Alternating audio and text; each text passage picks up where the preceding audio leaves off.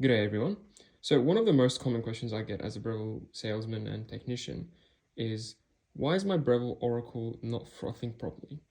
This happens a lot on older machines, and because I sell a lot of oracles, I do a lot of second-hand oracles as well, and I also do maintenance.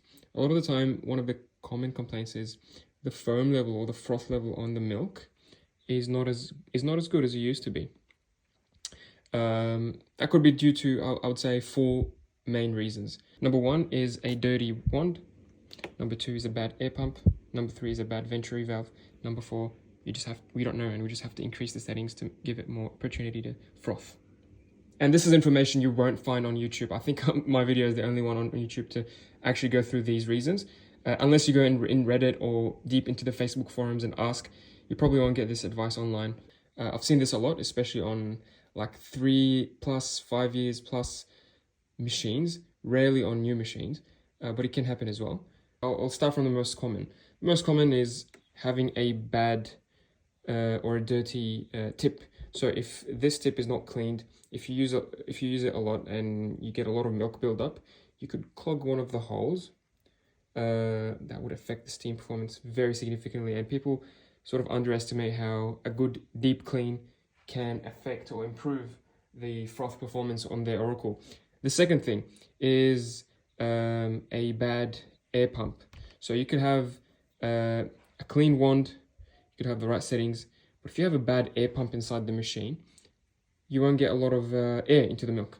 And so I've got here a very old, dirty Oracle Touch that I'm working on, and the air pump is right there. It's in a bit of an awkward place, but if that part goes bad, you simply won't get enough or any air into the milk at all. So you'd give steam from the boiler, but no air from the air pump, and so you'd get flat milk.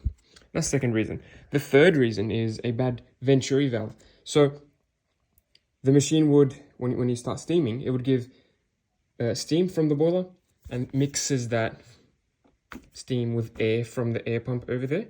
So it goes all the way through this transparent tube, and it would mix with the steam and come out into the actual wand. If that Venturi valve is stuck, it's like a ball valve, so it would open when you have the air pump engaged, and it would close when you're not pumping air. And if that sort of ball valve, it's like a little rubber gasket, a rubber ball, if that is stuck, you simply won't get any air pumped into the milk. And yeah, again, you'll get flat milk. Sometimes it could be adjusted, so you could reduce the tension on that spring so that the ball can move more freely and give you more air, giving you more froth. I have done that adjustment before. It's not super easy, but it's doable, and it does improve the milk. And the last thing is needing to increase the settings. Sometimes for unknown idiopathic reasons, you would get no steam or very little air. Sorry, you'd get no froth or very little froth in your milk. And in those settings, you could have a healthy pump, air pump, you could have a healthy Venturi valve, and you could have a very clean or even brand new wand, and you'd still get bad frothing performance or milk foam on your milk. And in those cases, the last resort is to increase the settings. So you can increase the settings. I left this at the end because it's a last resort. And I'm not referring to the settings that you can change on the small display. Now, when you turn on the machine and it's ready, you'll see a temperature selection for the milk here and a froth level. So latte being more watery, less froth, cappuccino being more thicker, more froth milk texture. I'm not referring to that. If you are already on the maximum cappuccino setting and you still want more foam, you can go through the advanced settings in the menu. So you have to turn the machine off. Very easy to do on the Oracle. Not possible to do on the Oracle Touch, unfortunately. But on the normal Oracle, the non-touch version, with the machine plugged in, you press, I think it was the single and the power. There we go. You'd get into the advanced menu. You would go to, there's 3 settings you can increase. Firstly, the steam boiler temperature. So you want to maximize the amount of air pumped. So you can do 3 things.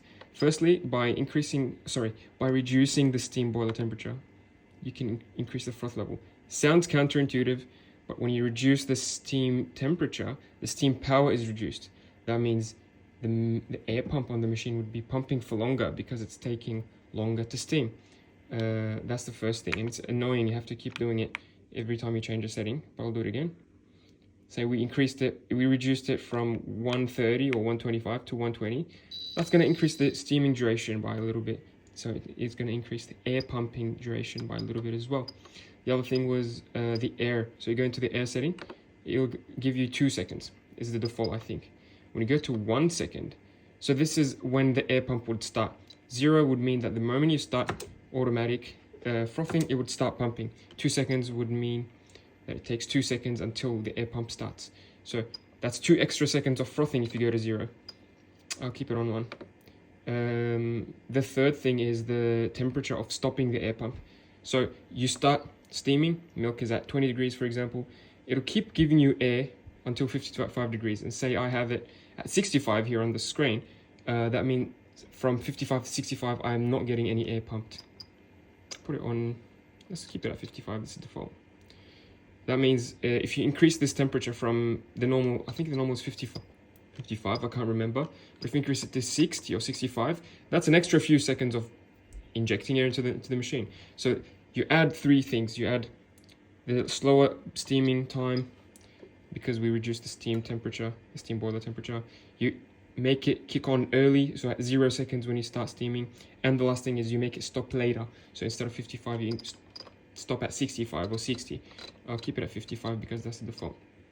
Once you do those 3 setting changes, you will hopefully notice a noticeable improvement in your milk foam level or steam performance of your Oracle Touch. Sorry, Oracle. Sadly, this is not available on the Touch, and sadly, this not even available on the Breville Barista Touch or Touch and Press, which also have automatic frothing ones. The first 2 methods could be very pertinent. So if you have an Oracle Touch, a Barista Touch, or a Barista Touch and Press, still, option number 1, cleaning the wand, can improve your steaming performance and the froth level. Option number 2, you can also have a bad air pump that you can change on these machines. And number 3, you can have what was the third one? A bad Venturi valve. So those 3 are doable on the other models, but the setting changes, as far as I know, is only possible on the non-touch standard Oracle. Not sure why they did that, but yeah, hopefully that helps. Just to summarize, 4 reasons why your Oracle is not frothing properly. Number 1, dirty or clogged wand, so you have to do the deep cleaning procedure with the cleaning. Let me see if I can find it. I heard it somewhere. With the cleaning solution, it looks like this. I'm sure you can use the tablets as well if you dissolve them in hot water. Or just soap. Or just hot water, honestly. Anything is better than nothing. Number 2, a bad air pump. Number 3, a bad Venturi valve. And number 4, just you have to increase the settings for an unknown reason.